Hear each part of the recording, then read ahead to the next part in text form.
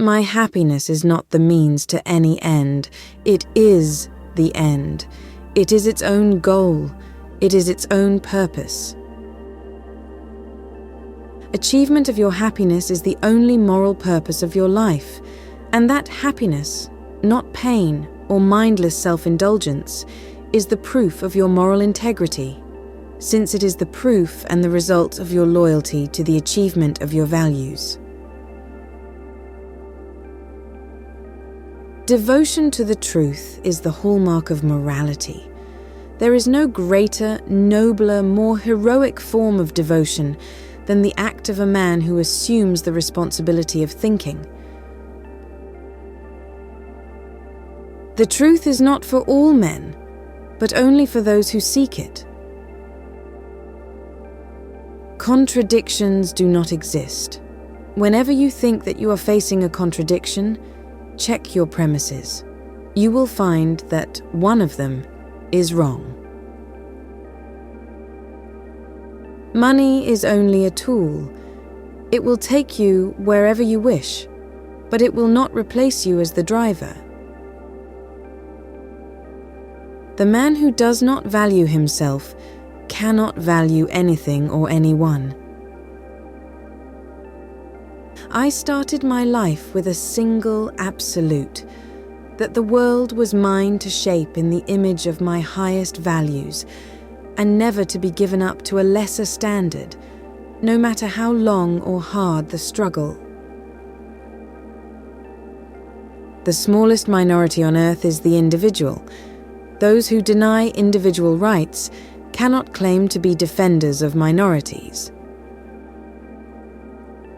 I swear by my life, and my love of it, that I will never live for the sake of another man, nor ask another man to live for mine. To love a woman for her virtues is meaningless. She's earned it. It's a payment, not a gift. But to love her for her vices is a real gift, unearned and undeserved.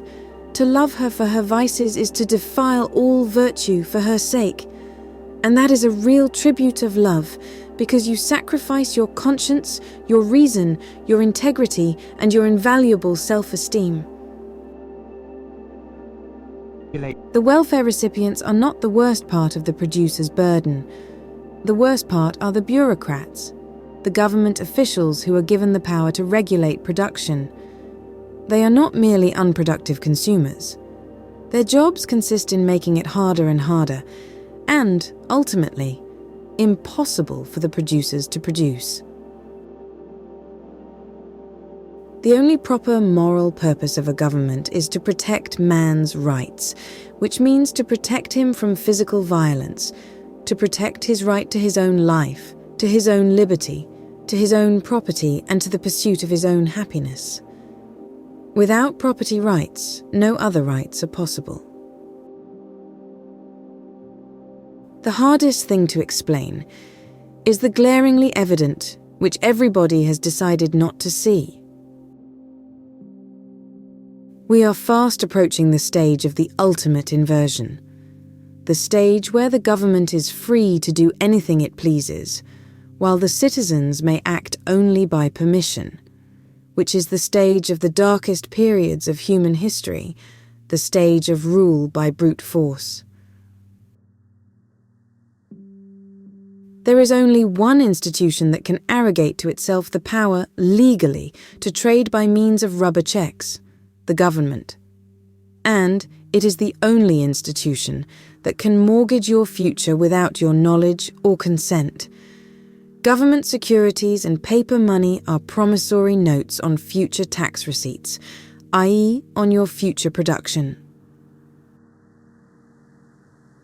Capitalism has been called cruel, yet it brought such hope, progress, and general goodwill that the young people of today who have not seen it find it hard to believe. Capitalism and altruism are incompatible. They are philosophical opposites. They cannot coexist in the same man or the same society. The next time you hear about a crazed gang of juvenile delinquents, don't look for such explanations as slum childhood, economic underprivilege, or parental neglect. Look at the moral atmosphere of the country, at the example set by their elders and by their public leaders. Learn to value yourself, which means fight for your happiness. One gains a profoundly personal, selfish joy from the mere existence of the person one loves. It is one's own personal, selfish happiness that one seeks and earns and derives from love. Do not let the hero in your soul perish in lonely frustration for the life you deserved and have never been able to reach. The world you desire can be won. Why do they always teach us that it's easy and evil to do what we want, and that we need discipline to restrain ourselves?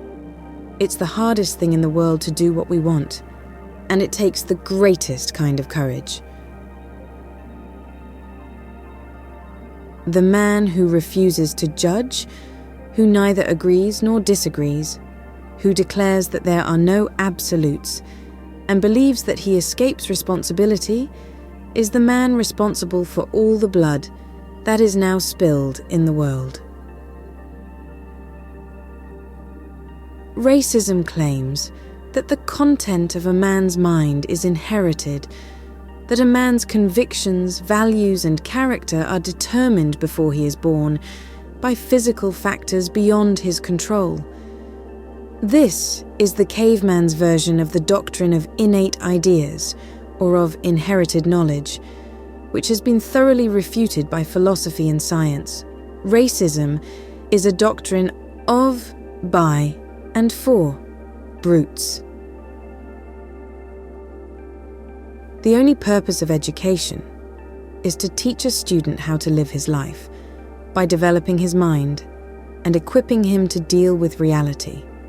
The training he needs is theoretical, i.e., conceptual. He has to be taught to think, to understand, to integrate, to prove. He has to be taught the essentials of the knowledge discovered in the past, and he has to be equipped to acquire further knowledge by his own effort. If you want me to name, in one sentence, what is wrong with the modern world, I will say that never before has the world been clamoring so desperately for answers to crucial problems, and never before has the world been so frantically committed to the belief that no answers are possible. A creative man is motivated by the desire to achieve, not by the desire to beat others. The ladder of success is best climbed by stepping on the rungs of opportunity. People think that a liar gains a victory over his victim. What I've learned is that a lie is an act of self-abdication, because one surrenders one's reality to the person to whom one lies, making that person one's master, condemning oneself from then on to faking the sort of reality that person's view requires to be faked.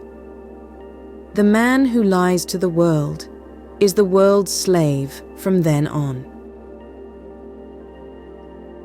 There are two sides to every issue.